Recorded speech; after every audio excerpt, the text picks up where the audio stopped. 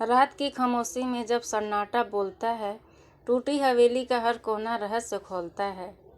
कदम रखने से पहले सोच लेना, क्योंकि यहाँ हर साया भी इंसान को निगलता है। रात का सन्नाटा हमेशा इंसान के भीतर छिपे डर को बाहर खींच लाता है।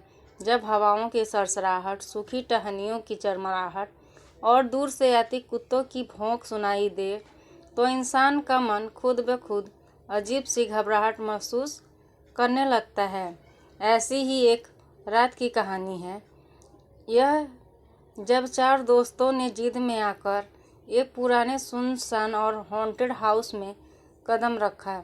नमस्कार दोस्तों, एक बार फिर स्वागत है आपका मेरे चैनल सच्ची कहानी भाई एसके में।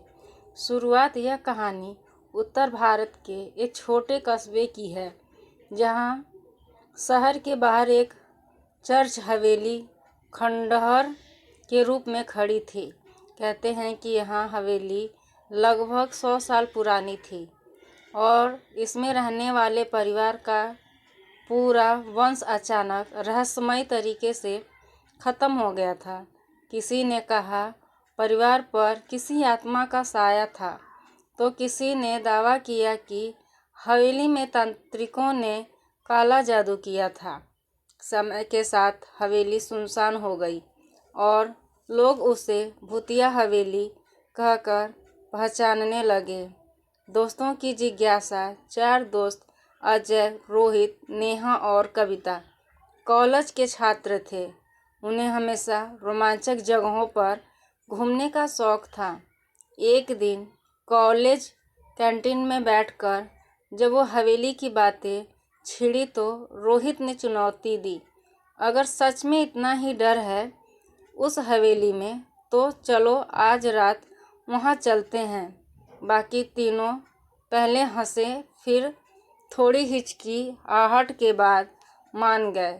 हवेली का पहला दृश्य।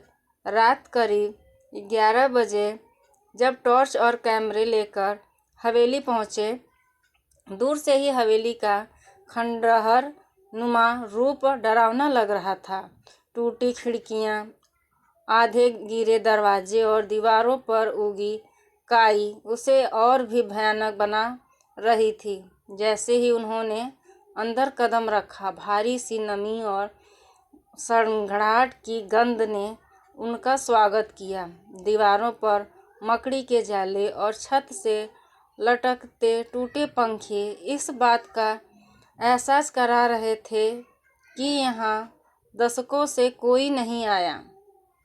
अजीब घटनाओं शुरू। अचानक नेहा ने महसूस किया कि किसी ने उसके कंधे पर हाथ रखा। वह चौंक कर पीछे मुड़ी, पर वहाँ कोई नहीं था। उसी वक्त अजय की टॉर्च बंद हो गई। जब उसने उसे झटका देकर चालू किया, तो दीवार पर किसी परछाई को चलते हुए देखा। यह सिर्फ भ्रम है, रोहित ने कहा, डरो मत। लेकिन उसके शब्दों में भी आत्मविश्वास की कमी थी। हवेली का कमरा। वे चारों हवेली के बीच वाले कमरे तक पहुँचे।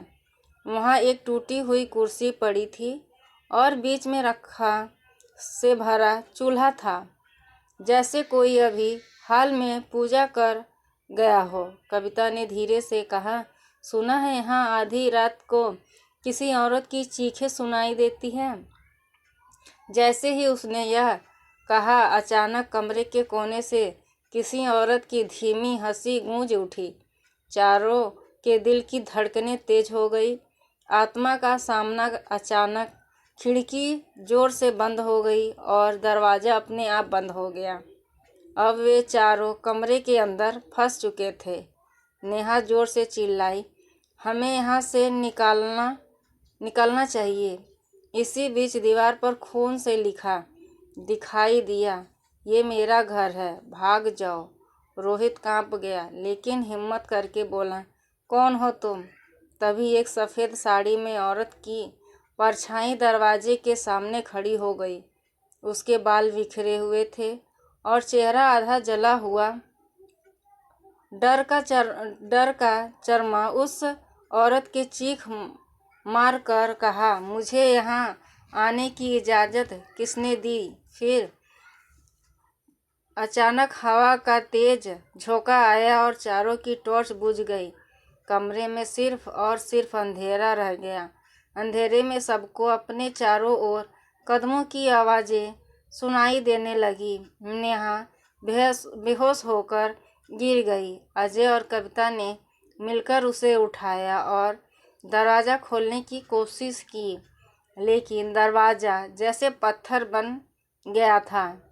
रहस्य खुला तभी रोहित को याद आया कि इस हवेली के बारे में यह कहा जाता है कि यहाँ रहने वाली औरत को उसके पति ने धोखा देकर जिंदा जला दिया था।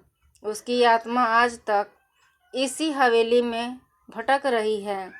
रोहित ने जोर से कहा, हम यहाँ गलती से आए हैं, हमें माफ़ कर दो, हम अब कभी यहाँ नहीं आएंगे। अंतिम पल कुछ क्षण के सन्नाटे के बाद दरवाज़ा अपने आप खुल गया। चारों बिना पीछे देखे हवेली से भागे। बाहर पहुँचते ही उन्हें लगा कि जैसे उनकी सांसें लौट आई। पीछे मुड़कर देखा तो हवेली के ऊपर खड़ी वह औरत दूर से उन्हें घूर रही थी। उसकी आंखें लाल अंगारों की तरह चमक रही थी। नतीजा, उस दिन के बाद चारों दोस्तों ने कभी उस हवेली की तरफ रुख नहीं दिखा। आज भी कस्बे के लोग कहते हैं कि जो भी हवेली में रात बिताने जाता है या तो पागल होकर लौटता है या कभी लौटता ही नहीं। यह कहानी यही सिखाती है कि हर जगह इंसानों के लिए नहीं बनी होती है। कुछ जगहों पे ऐसी होती हैं जिन पर परलौकिक शक्तियों का कब्जा होता है। वहाँ कदम रखने का मतलब अपने जीवन को खतरे में डालना हो सकता है। कहानी अच्छी लगी हो तो मेरे चैनल को लाइक, शेयर, कमेंट और सब्सक्राइब करें प्लीज़। आपका बहुत बहुत धन्यवाद। राधे राधे।